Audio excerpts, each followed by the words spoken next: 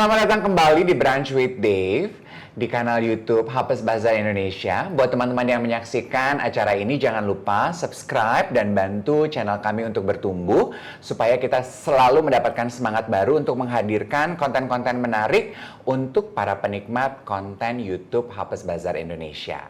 Kali ini kita hadir di Grand Cafe Grand Hyatt Jakarta. Ini adalah salah satu tempat favorit pribadi saya karena mereka menyajikan hidangan makanan Indonesia all day diningnya, bener-bener dedikasinya ditonjolkan untuk cita rasa makanan Indonesia ya. Plus kalau teman-teman main ke sini, interiornya itu baru, emang sengaja mereplikasi suasana rumahan. Jadi vibe-nya kayak nongkrong di rumah tapi dengan makanan yang lebih enak dari di rumah aku. Jangan bilang-bilang orang rumah aku ya. Plus hari ini istimewa karena tamu kita tamu yang dekat di hati tapi sekarang tinggalnya agak sedikit jauh. Nadia Hutagalung, welcome back. Thank you. Bukan welcome back, kita kan belum pernah. Udah pernah dong. Tapi di IG. Iya, pandemi. That's not welcome back dong. Oh iya, tapi welcome back to Hapas Bazaar. And Indonesia. Boleh. Karena sebenarnya Juni kemarin kita tuh kan ngincer Nadia untuk terlibat di pemotretan ulang tahun kita. I know. Tapi nggak kejadian karena jadwal kamu nggak memungkinkan, ya toh. Padahal kita tuh pengen merecreate kenangan masa indah Hapas Bazaar dengan Nadia Hutagalung waktu anniversary ke-15. Did you remember? Yes. Jadi covernya Hapas Bazaar. Yeah, This is It was it. such a cool shoot, this one. Did you remember anything about this moment? Yes, of course. There's another. Yes. Oh my gosh, I love Ini this dari photo. library-nya Hapas Bazaar 2015. I love this photo. And ada kan yang pakai itu helm kan, kalau nggak salah, the pink. Oh, di depannya yang pakai helm. Ini dia the second cover.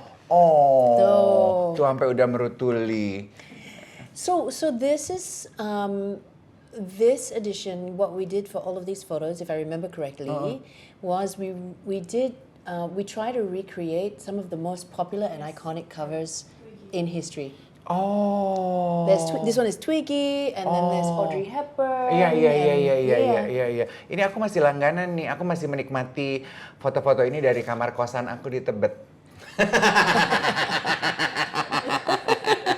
Sadly nggak bisa kita kasih karena ini archive-nya, library-nya Bazaar. It's okay. I just take it home. I think I have. Iya, Yes, pastilah yes. ya. Oke, kita sambil makan ya. Yuk. Oke. Nadia kan vegetarian kan? I'm mostly vegetarian, but sometimes I eat meat. Oke, Ya. karena kita sudah menyiapkan ada selection options yang vegetarian. Ini makanan India dan chefnya tuh langsung dari India, ya. Di bawah khusus buat hari ini. So good. Thank you so much. Biar kelihatan powerful kita. Of course. Pastilah. Ya. Plus ada ikan, ini nasi goreng, ada meat, ada sushi, ini soto, ya tuh, tea. Mau mulai dari mana? What would you like to have? I think apa ya? Nasi goreng aja di Nasi goreng kedai ya? ya? Oh. Boleh deh. Ya kan? Tuh. Kan kalau di Australia, I'm not getting any Indonesian food. At all. Not di daerah aku kan di kampung. Di mana sih kamu, Nat, sekarang? I'm like an hour 15 from the Sydney airport. Tapi yeah, it's like south from Sydney and inland. And it's beautiful. It's called the Southern Highlands. Oke. And it's when in the old days when the English and the Scottish immigrated to Australia, they all moved there because it's very much like England. So sometimes it's misty. Iya, aku suka lihat di video-video kamu. Kok berkabut? Gimana? Dia pakai sweater, all cuddled up gitu. Aduh, ini di mana? Itu di rumahmu sekarang. Yeah. That's home for you now. That's home for me now.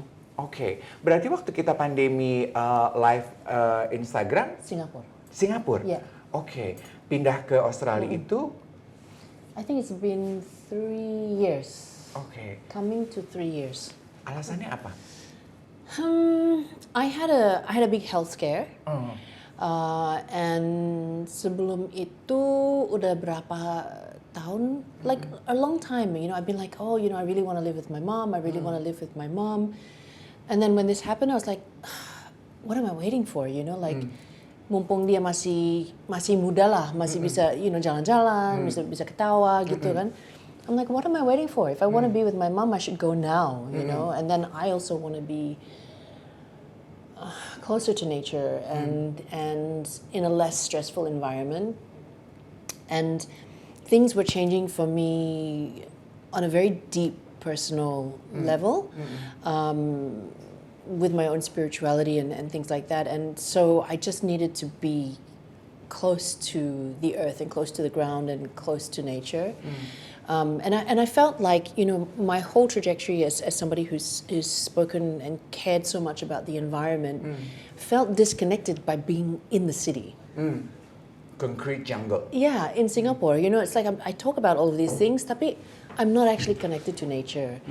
And I want to be, So I just felt like I needed that for a little while I recovered, while I sort of figured out what was this next incarnation of Nadia gitu kan.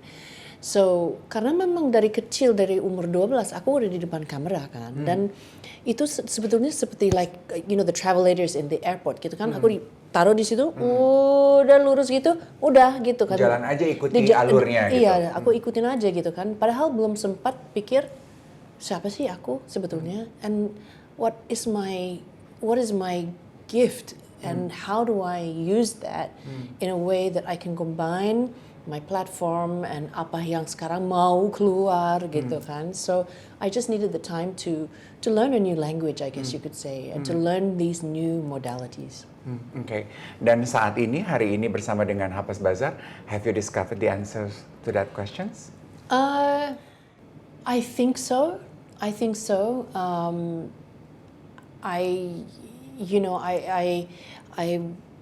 certain things were happening for me, and then I went and learned Reiki and become certified in Reiki and sound healing and all of these things. And I became certified because these things were already starting to come through me. And I got the certification because I want to make sure that I'm learning these things properly, and that I'm also certified, so people feel safe. And I've found that I hold space for people very well. And increasingly, as the world is getting harder and harder and harder, and we're becoming more and more disconnected, one of the most important things is having this time to connect to ourselves, to connect to each other, and understanding the value of community, and then also being able to then connect to the causes that we care about. So unless we are well within, nggak mungkin kita bisa pikirkan all of the problems outside. Yeah, and creative problem solving comes from a space of joy and play and creativity. I agree. Ya, dan kalau kita lagi stres, nggak mungkin kita bisa kreatif. Jadi kan, we need people to be creative thinkers to solve problems in the world. So my journey into well-being is not a step away from sustainability. It's the step before sustainability can happen. Oh, what do you mean by that? Because it's interconnected. Nggak mungkin aku bisa pikirin, aduh gajah, apalah sampah lah, polusi lah, apalah gitu kan. Kalau di dalam diri aku sendiri nggak nyaman. Okay. Dan semua orang sekarang stres. Okay. How can we expect them to be a part of the solution? And we need everybody to be a part of the solution. Okay. Dan Nadia bisa bilang begitu karena you've been through that journey. I've been through that journey. Oke, I have been through that. Yang Nadia lakukan dengan pindah ke Australia adalah untuk membina kembali perjalanan ke dalam bersama dengan Nadia Hutagaluh.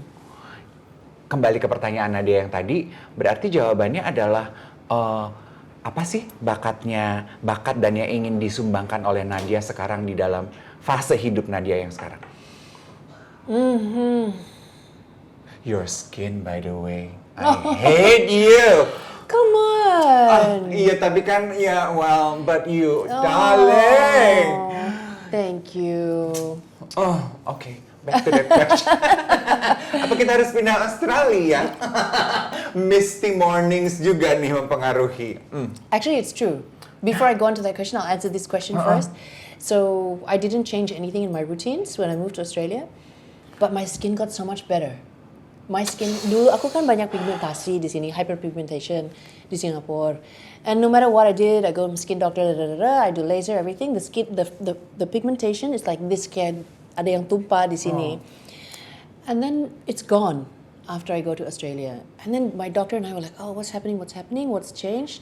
And I said, the only thing that really has changed is the water. Dan benar, itu airnya yang is changed.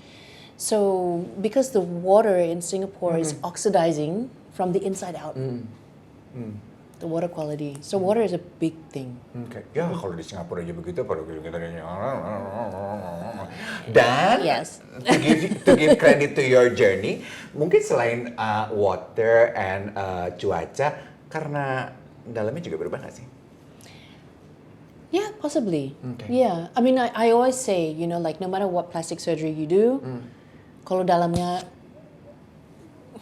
bukan jelek ya, tapi kalau dalamnya nggak happy, kalau dalamnya pahit gitu kan kelihatan di muka. So you can do whatever plastic surgery you want, but tetap gitulah. So no plastic surgery plan intended in. Maybe. Okay. Maybe. So you are not against it. I'm not against it, but not to look like somebody else. Okay. Yeah, for me it would be completely functional. Like for me, for example, my eyelids are starting to get heavy. Jadi my eyelids actually sit on top of my eyelashes when I'm tired, you know. Jadi berat gitu kan, it's like weighing it down. I'm like, okay, maybe this is the thing I need to do because lama-lama kan it's like I'm driving and I'm like so tired and my eyes are so heavy gitu kan. But my thing is always about I wrote an article and I was like, okay, why do we want to look like other cultures?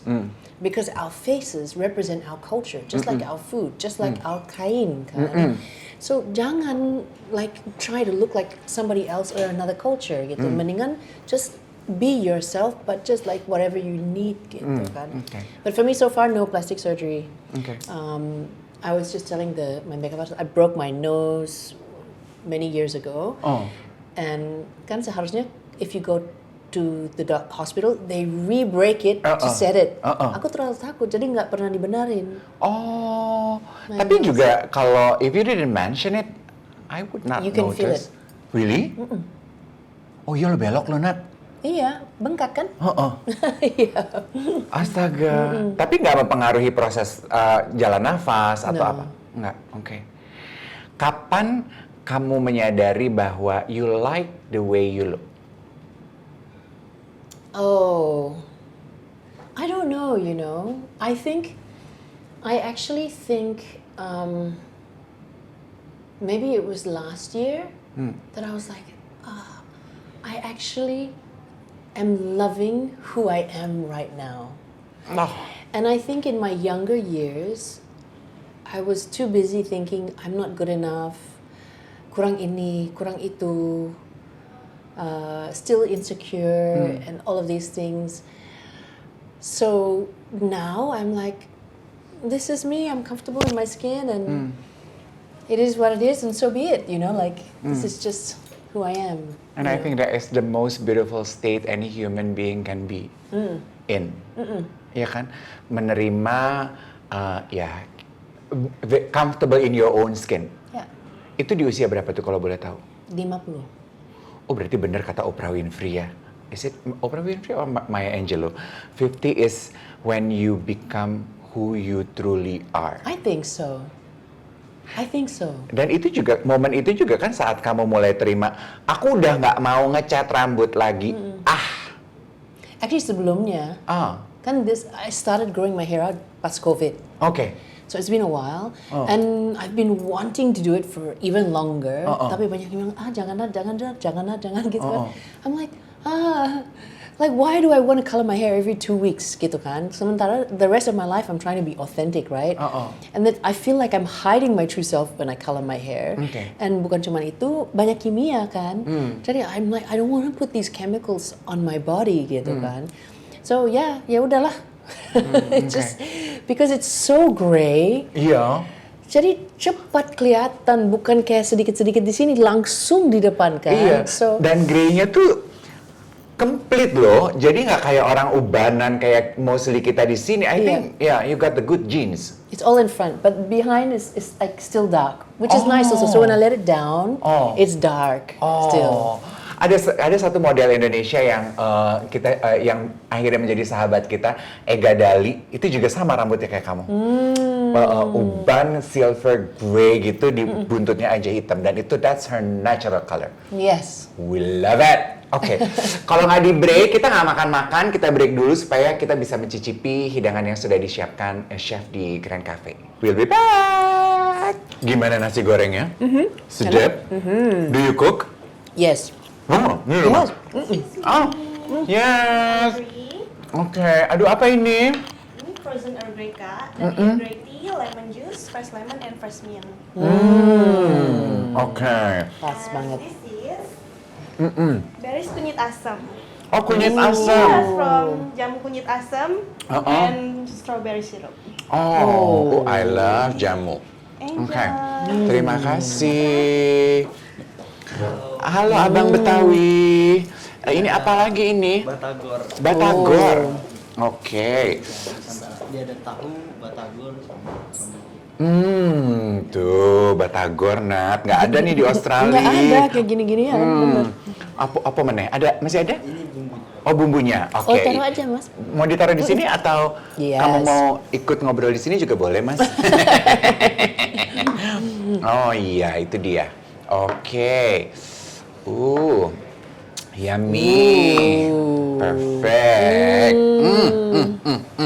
Thank you. Terima kasih. Terima kasih. Thank you. Yuk kita cobain minumannya. Oke. Ini Is it? boleh mau pakai straw atau enggak? It's made from singkong, Iya. so it's okay. Dibaca dulu sama dia. I'm like, can I use this straw or can I not use this straw? It's so good. Amazing technology, right? Yes, dari singkong. Berarti abis ini strawnya bisa kita goreng jadi singkong goreng. Enggak gitu mainannya. Yuk. Oh, oke. Oh, that's so good. Was yours good? Yes. Perfect choice. Oke. Nat, boleh nggak sih juga dibagi ke penontonnya Brunch with Dave perjalanan mindful journey dari seorang Nadia Hutagalung? Mulai dari? Mulai dari, kan terakhir kita ngobrol sama kamu itu COVID, berarti sekitar 5 tahun lalu ya. 5 tahun lalu aku ingat juga kamu sudah sangat mengedepankan hidup yang very mindful. I mean, I try. Ah. It cannot be 100% perfect. Oke. Ya. Apa yang berubah dari hidup kamu dalam 5 tahun terakhir ini? A lot. I mean, I took kind of a sabbatical for probably like 3 years. 3 or 4 years, because like I said earlier, I really needed to learn who I truly am, and I mean, I guess that is a concept that will continue to unfold, you know, as we all age, you know, as long as we're not attached to certain labels that we've had in our lives, there's opportunity for us to be open to more, and to sort of evolve, right? Which really is the point of this human life, is to evolve. So, how am I more mindful? I think the mindfulness is more within and more something.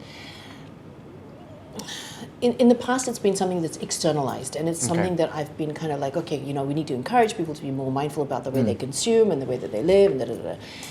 But I think now it really comes back to the inner self and being aware of our own minds and understanding that the way that we perceive the world shapes our experience in it. Okay. And I had to really incorporate that into my own life and learn that and take that on for myself first before I could even share that with anybody, right? So yeah, it's mindful about how things sit in my body, how relationships and the way that I engage with the world, the way that I engage with my own mind, how that makes me feel. is that making me feel better or worse? You know, really understanding what it is that, like, sometimes, you know, if I meet somebody and it doesn't feel right, or somebody asks me to do something and I don't want to, but I won't actually use my voice or set boundaries clearly enough, and it takes a toll on my health.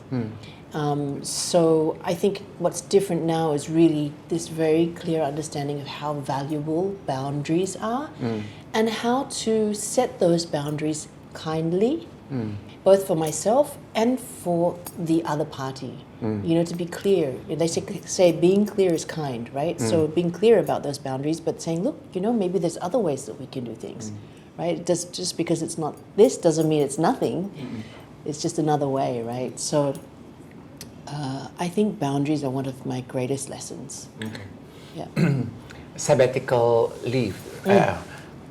Jadi apa tuh? Gimana? What did you do? Sama sekali 3 tahun nggak kerja atau? Kind of. I mean, I had some board roles on the boards of some companies and organizations, which I still fulfilled my commitments for. But really, like, it was really like relearning who I am, relearning this new language and these new modalities, and sort of taking time to really let everything else fall away. What I have kind of built, or what was built for me in many ways, you know. And sort of going, okay, like, who am I if I'm not this? Who am I if I'm not that? Who am I really if I'm not this? You know, like, and maybe even looking at what drove me to be so passionate about fixing problems outside. And my question was, my focus on fixing problems outside to avoid addressing the problems Inside. within. Okay. You know, and I really think that was the case, you know, because I've had so much trauma in my life that I've never had the chance to address, because I've just had to get up and carry on. You know, because I left home, left school, started traveling and working when I was 12 years old. You know, I had to be super mandiri kan. Jadi kalau ada kejadian atau apalah gitu kan, nggak ada support systemnya. So I have to get up and carry on karena I have kids, right? So yeah, a lot of things that I didn't address from my childhood and younger years. So I had to try to work through those things and really look at my health. Oke. Yeah. Dalam perjalanan rentang sabbatical leave 3 tahun itu kan kayaknya banyak yang Nadia temukan gitu ya. Boleh dibocorin nggak what did you do within those journey? Well, I mean, the thing is, it was a big part of that, you know, was moving to Australia, right? And then when you move to Australia kan nggak ada orang rumah, nggak ada supir, nggak ada siapa-siapa kan. So, and you know, I'm still looking after my daughter. So a lot of it was just being fully present for her and looking after the house and, you know, looking after the animals. Itu udah like full-time job kan sebetulnya. So, and then that was the main focus, and her well-being and my well-being has been a huge focus. What I have been doing in Australia is a lot of, I do my sound baths and Reiki and things like this. Actually, I wouldn't call it Reiki. I got the Reiki certification, but it's this type of body work, energy work that just sort of comes. It's kind of an intuitive thing. Yeah, so just building those skills, remembering them, you know. I think inherently we all have this ability to sort of really touch into a source of healing within ourselves. And I personally don't like the word healer. You know, people say they're an energy healer or sound healer or whatever, but I try not to use those terms, because I really believe that we all have that. It's not special. Okay. You know, it's not unique to one person. It's something that we have access to if we're quiet enough, if we sit long enough, if we practice and learn enough. Okay. Or unlearn. Oke. Nah, berbedanya Nadia dengan kita yang lain adalah Nadia menyempatkan waktu untuk belajar, mendalami hal-hal tersebut. Dan dalam rentang waktu 3 tahun itulah akhirnya Nadia sekarang menjadi seorang itu lagi tadi Reiki and Sound Bath practitioner. Yeah. Iya. Yes. Dalam 3 tahun itu kamu belajar itu. Tadi kan Nadia bilang sebetulnya udah punya ketertarikan terhadap hal itu tuh sebelum ini. Tapi jadi semakin tajam gitu ketertarikannya dalam rentang waktu 3 tahun itu. Kenapa sampai mengambil sertifikasi? I think because I left school when I was 12. Jadi aku selalu cari like I need the bukti. I need the piece of paper supaya bisa dipercaya gitu. Okay. I have a piece of paper, you know what I Okay. mean? And also because I legitimately wanted to learn those things. Okay. So I don't want to do something like, I can do this and this and this, but it's not beneficial for the person. You know what I mean? So I want to be very careful around those kinds of things. So, I want to make sure that I'm learning the right frequencies and the right kind of ways to hold space and those kinds of things. Yeah. Apakah ini juga berarti Nadia sebagai seorang Reiki Sound Bath practitioner ini adalah babak baru dalam kehidupan Nadia Hutagalung? What is babak? A new chapter. A new chapter. Oh yeah, for sure. And running the retreats as well. So Suara Mandala. Swara Mandala retreats, yes, because I have been on the board of organizations that two different organizations that one is bringing these tools of inner resilience to schools worldwide, and the other is about corporate leadership retreats as well. So that's been a few years, and so now by doing this myself and running my own retreats, there's a curriculum that I've been creating that based on sort of positive psychology and understanding neuroscience and things like that. And I will bring in specialists as well. So yeah, just sort of building these new ways of being able to help people, really connect deeply to themselves and who they truly are. Because I've just been through that journey, and connecting to each other, because technology will race ahead, AI will race ahead, human connection is falling further and further to the wayside, and we're becoming more and more lonely and more mental health issues. And one of the greatest things that you can do to solve that is community. And it's not being taught in schools. So how do people know how to foster and create community and connection and safety and inclusion, and this kind of, psychological safety in groups. Kita semakin kesepian, semakin menyepi, dan akhirnya menjadi orang-orang yang kesepian, dan ternyata obat untuk bisa mengatasi itu semua hanya interaksi dan juga komunitas ya. Dan iya benar apa kata Nadia, itu tidak diajarin tuh di sekolah untuk kita. Kita cuma dapat efeknya aja, dapatnya kesepiannya aja. Berarti Suara Mandala, what kind of service yang diberikan oleh Suara Mandala? So Swara Mandala started initially as the sound baths, and sound baths and the Reiki. So actually, what happens is, in my sound baths, sometimes I can sort of sense what's happening with people, and then I can help them to clear it. But I don't often tell them. Because at the end of my sound bath, I always encourage everyone to leave in silence. Because sometimes after a sound bath or whatever meditation group, people langsung bangun and, oh my God, how are you? Jadi hilang the moment gitu kan. So I encourage people to leave in silence. So I don't often have the chance to, and I wouldn't tell them unless they ask me anyway. But usually what's happening during the sound bath is I'm also clearing some stagnant energy and things like that. So it's like a two in one, and there's meditation as well. So it's the meditation at the beginning, the sound bath, and then meditation at the end also. So Swara Mandala has been the main service, in Australia, but we're just now growing to do the retreats as well. Ke Bhutan. I'm hoping to do 2 retreats a year in Bhutan, very small groups. And so one in the spring and one in the winter. And each retreat will focus on something different.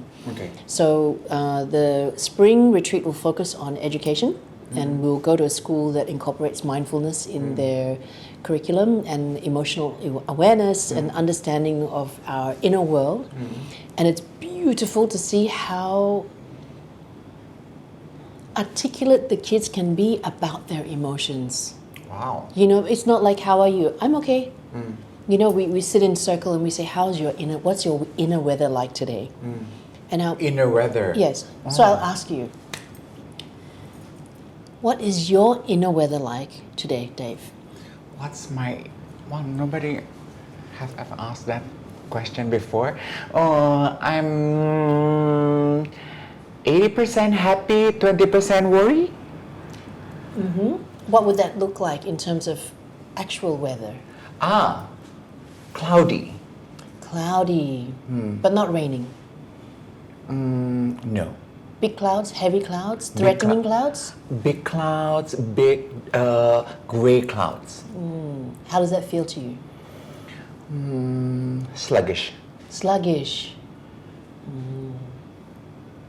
Yeah. Wow. And to hear, it's just a beautiful way to understand what's happening inside somebody, you know. And these kids can articulate their inner weather so well, so beautifully, you know. And so that's the spring retreat. Like we focus on the education component, and then obviously other things as well. And then in winter, the focus will be on conservation. So in this particular trip, it will be focusing on the black-necked cranes who migrate during that time. They're really big.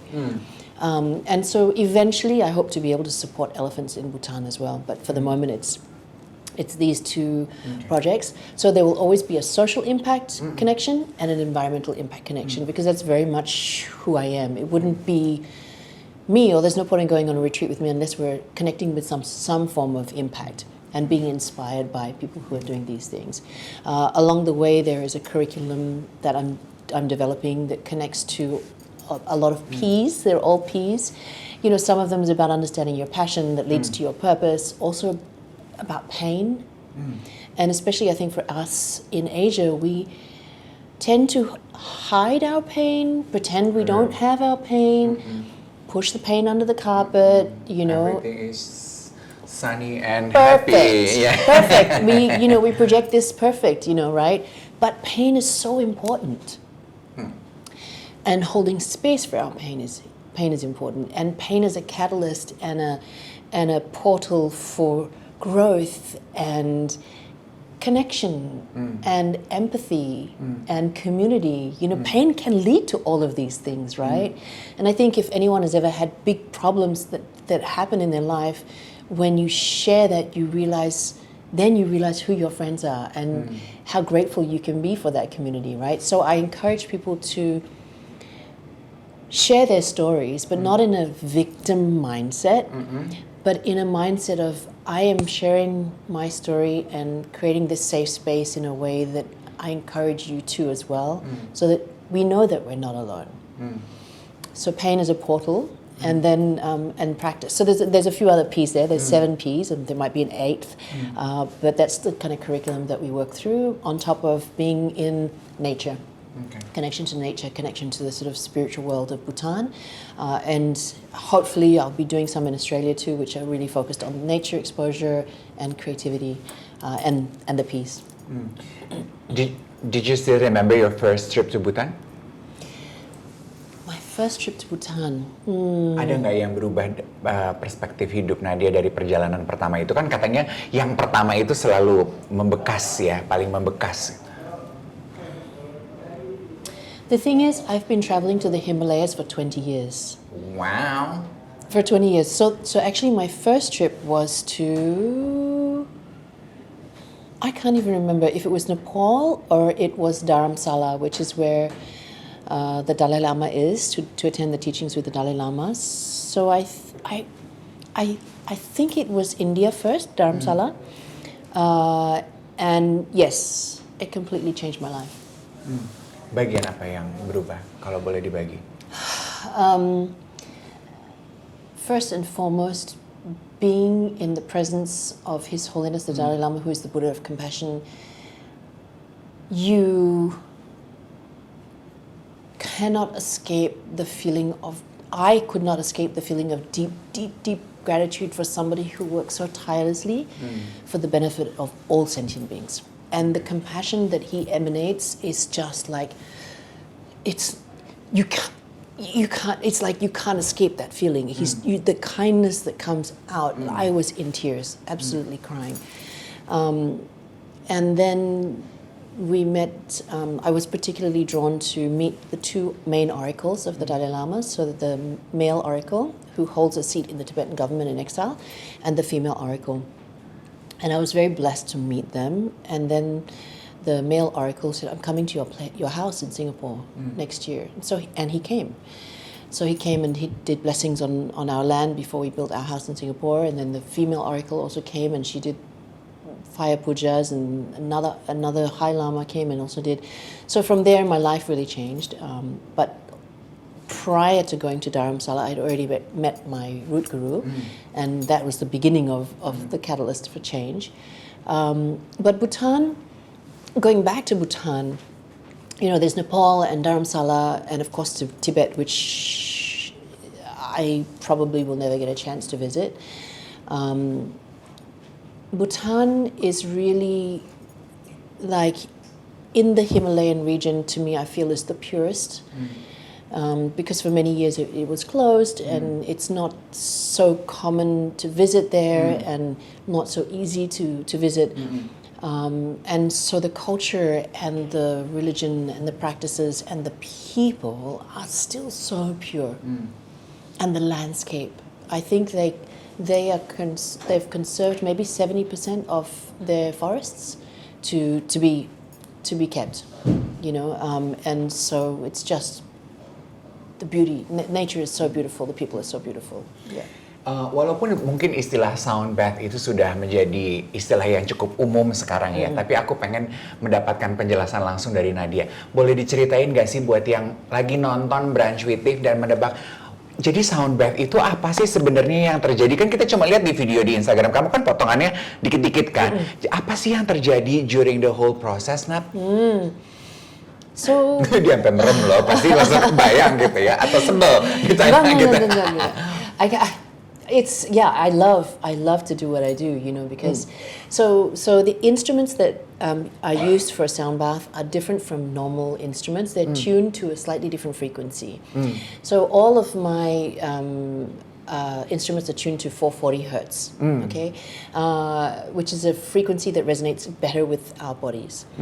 And so what happens in a sound bath, if you can imagine that our bodies are 70 to 80% water, right? And sound travels quite quickly through water and moves and changes the molecular structure of water. Yeah. Okay? So when you go for a sound bath, it's actually your cells. You're listening on a cellular level. You're actually engaging with the sound, not just with your ears. Yeah? And so the different instruments connect to different parts of our body, both physical and the emotional and the energetic parts of our body. And so when our bodies, because we're all cells, and our cells, atoms and neurons are all vibrating, right? We're not fixed. We're not fixed. We lose an arm worth of ourselves every year or every month. Jadi kita kan berubah terus. We're shedding cells all the time, right? So these cells are vibrating, and depending on our environment, our experiences, our frequencies change, right? And there can be times when we're out of resonance, out of our frequencies are not at the optimal state for well-being, right? So what happens when I play the sound healing instruments is, I don't know if you've ever seen, when you do that.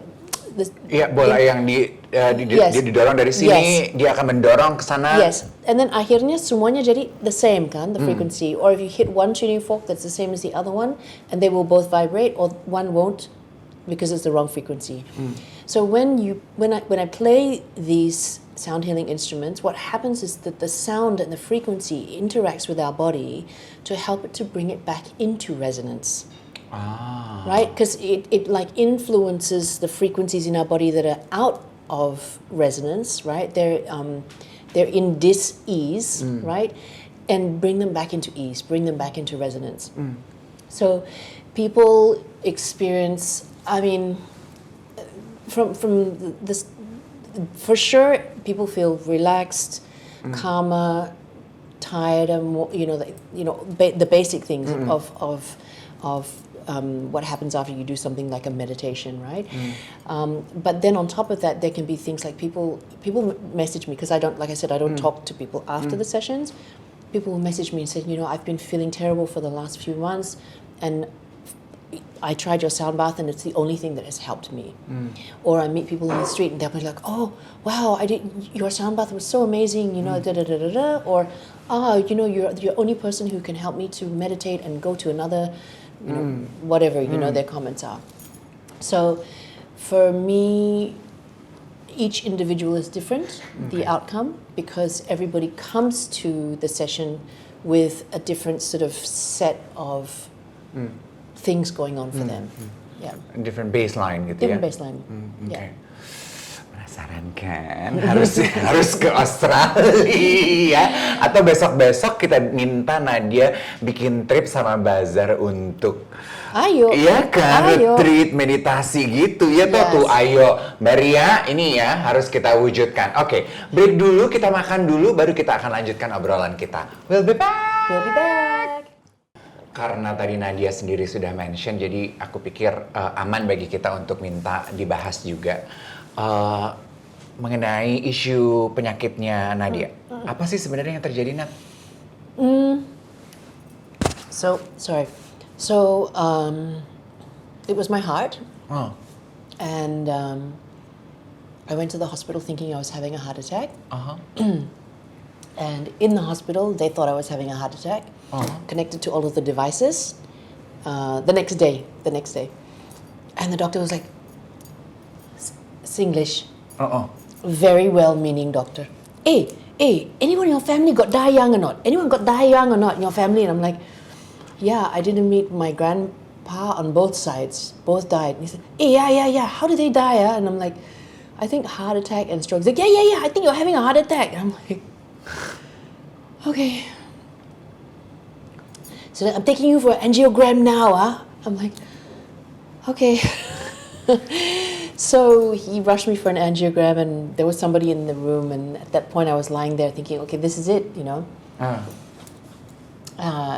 Anyway, we did the angiogram. My heart was fine.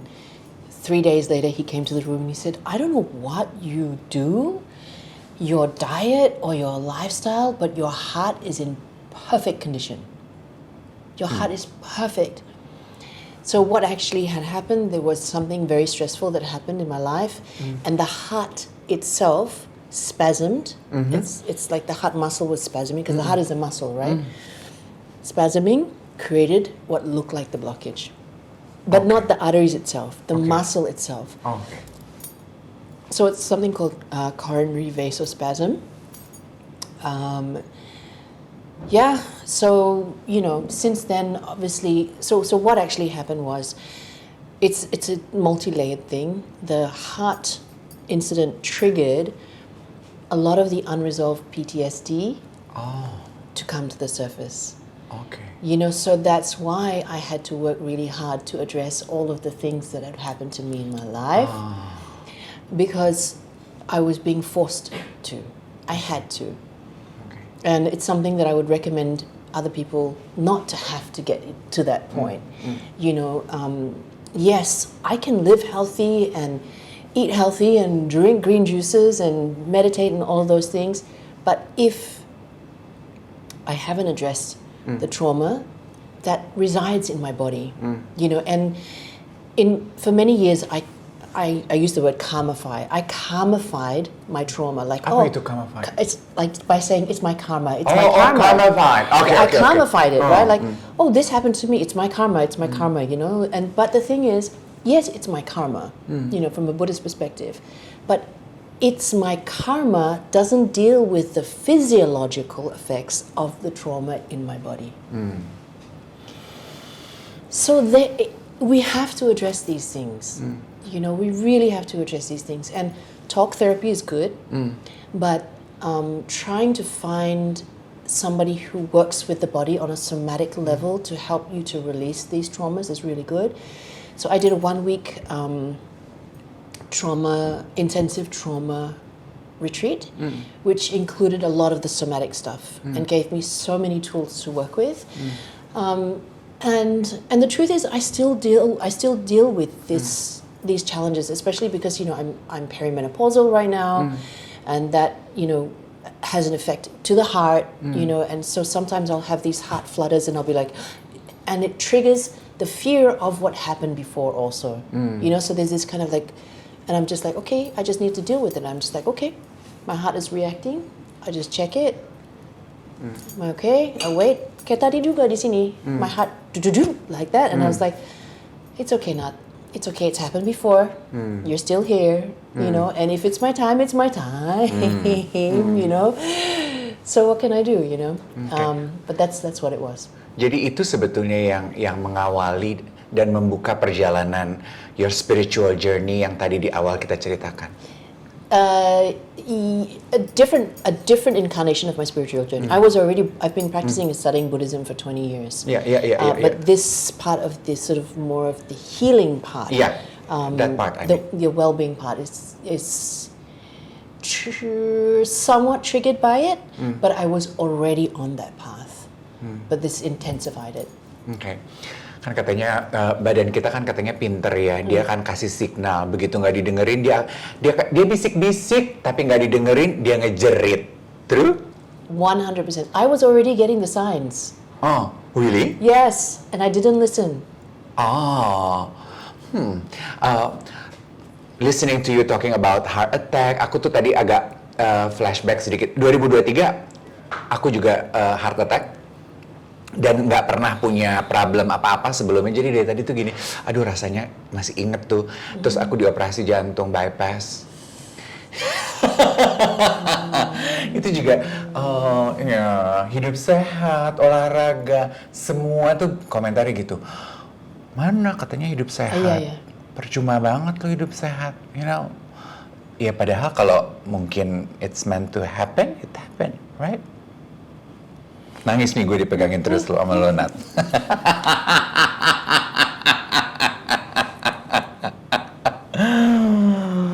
Gitu. Life is good because? Life is good because it's hard. And only when it's hard do we get to test our boundaries and know what we're capable of. And then be able to share that with others. Okay.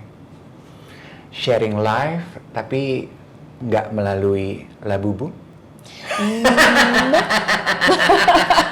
Nadia ada party pooper. Do we really need new, apa bahasamu di Instagram? What did I say? I don't know. Kecanduan, apa bahasa bahasa Inggrisnya? Is it obsessions? Obsessions.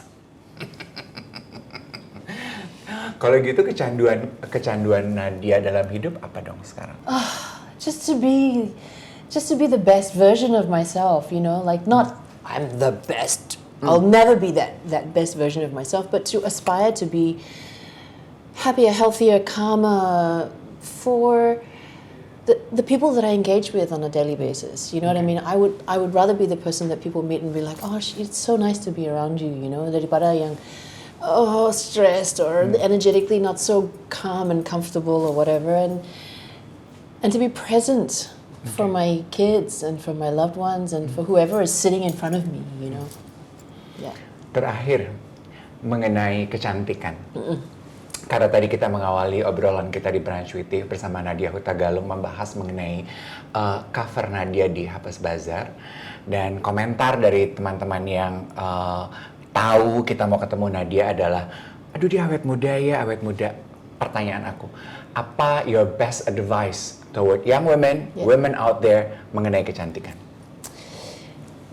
Don't mess with your face too much. Do not mess with your face too much when you're young. Don't do it. Just be in your skin, who you are, because I find a lot of days the young girls are already, doing so much to their face, and then it's when you're going to be older, there's going to be so much harder to manage. You know what I mean? So try not to mess with your face too young.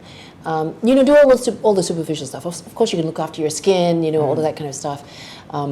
Lasers, Ultera, things like this, no problem.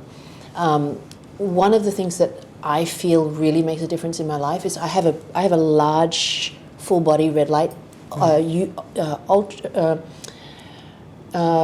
near and far infrared lights. So 2 different lights, and I sit in front of that panel every day. So back I do 20 minutes, front I do 20 minutes, and that's good for the entire body system. So for the mitochondria, for your skin, for your hair, everything, for your organs, for your muscles, for your joints, everything. It's really, really good. Diet plays a huge role. We were talking about water earlier. I think having good water that is alive and is filtered and filtered from, if you can get filters that filter out the forever chemicals, the microplastics and all of these things, that's really important. And if you can get something that remineralizes your water, so the water is not dead. And I use gadgets. I use like the microcurrent gadgets and these gadgets with all the different lights. I use them. And be happy. Learn to be content and not craving and not attached to what society says you need to be or have.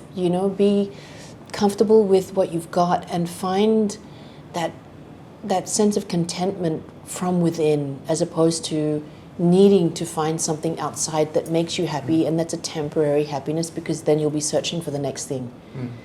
Once you have that thing that you thought would make you happy, it'll come home with you, sit on the shelf, and then you're already craving the next thing. So those are temporary happinesses. The happiness that you want that's sustainable is the happiness that comes within, and that will show on your face. Cheers to a contentful life kalau begitu. Thank you so Cheers, much for thank you. sharing. Thank you also for sharing. Teman-teman sekalian, terima kasih banyak sudah menikmati pembicaraan ini. Kita ketemu lagi di episode berikutnya. Bye everybody!